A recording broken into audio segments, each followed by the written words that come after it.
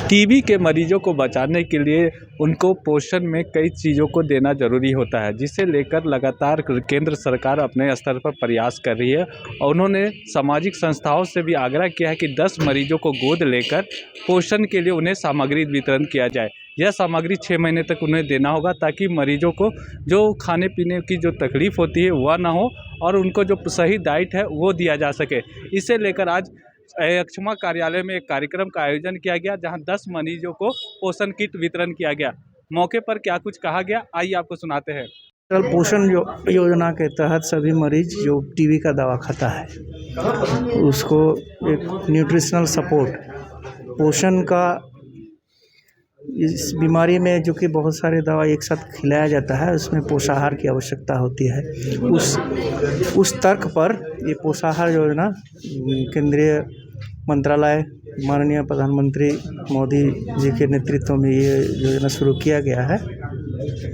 इस योजना में जो भी टीबी का खुराक खाते हैं उसको हर एक माह शुरू का पहला महीना से लेके छठा महीना तक हर एक महीना किट वितरण किया जाता है। इस किट में पोषाहार में चना दाल, गुड़, तेल, इस तरह के पोषक तत्व रहते हैं जो इस दवा के खाने से कमी हो सकती है, उसको भरपाई करने के लिए। तो इसे ये टीबी का बीमारी से जीता जा सकता है, लड़ा जा सकता है।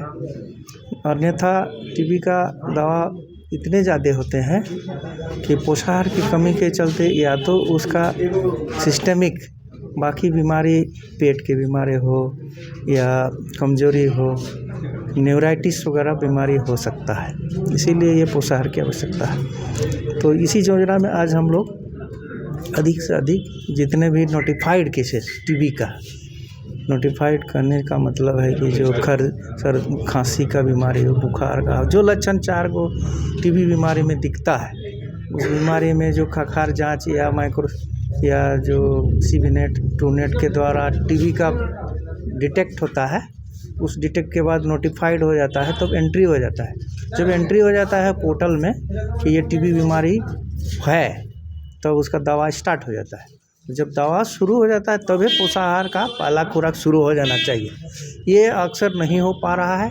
ये जन आंदोलन करने की आवश्यकता है। जो प्रधानमंत्री ने जो निर्देश दिया है, जो उनका विजन है, एम्बिशन है, ये जन आंदोलन करना है।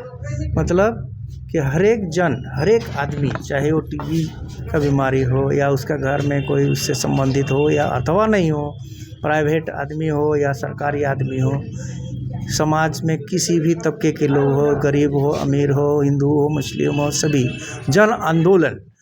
जन आंदोलन से ही ये बीमारी पर हम जीत सकते हैं। जो कहता है कि टीबी हारेगा देश जीतेगा, यही जन आंदोलन ही है ये।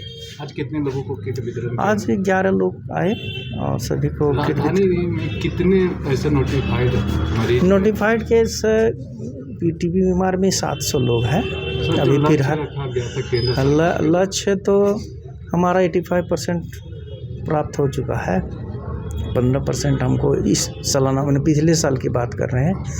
लक्ष्य तो आप एक साल, अभी जैसे 24 में तो अभी 3 महीना हुआ है, वैसा लक्ष्य निर्धारण क्वार्टरली भी होता है।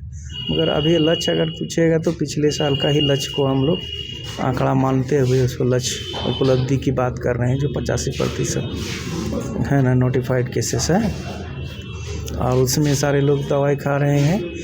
कुछ केसेस ऐसे भी होते हैं जो यहाँ नोटिफाइड होते हैं और ट्रांसफ़र आउट हो जाते हैं बाहर।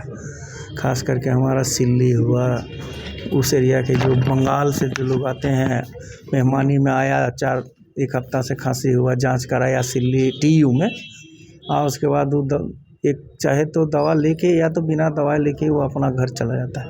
उससे हमारा जो DBT अर्थात पैसा जो मिलता है और निश्चय पोषाहार देते हैं, उसमें कुछ नहीं दिखता है पोर्टल में। मतलब कि हम लोग आजकल ऑनलाइन पेमेंट भी करते हैं। और जो आप आज वितरण हुआ निश्चय पोषाहार योजना के तहत, ये किट, फूड बास्केट जो कह रहे हैं, तो उसको भी हम लोग ऑनलाइन एंट्री करते हैं। तो आप ये नहीं कह सकते हैं कि हमने झूठ आंकड़ा दिया।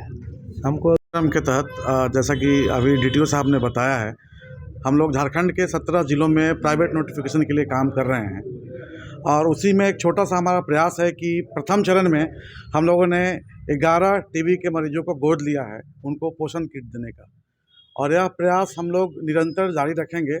हम लोगों ने यह तय किया है, हम ट्राई संस्था ने तय की है कि हम लोग हर महीने 10 टीबी पेशेंट को गोद लेंगे और उनको पोषण किट हम लोग उपलब्ध कराएंगे और ये कार्य पूरा साल निरंतर चलता रहेगा। तो उसकी आज शुरुआत है, तो उसी के मौके पे कार्यक्रम रखा गया है। मेरा नाम उत्पल हुआ और हम ट्राई संस्था जो झारखंड के 17 ज़िलों में टीबी के ऊपर काम कर रही है, उस संस्था के मैं सचिव हूँ।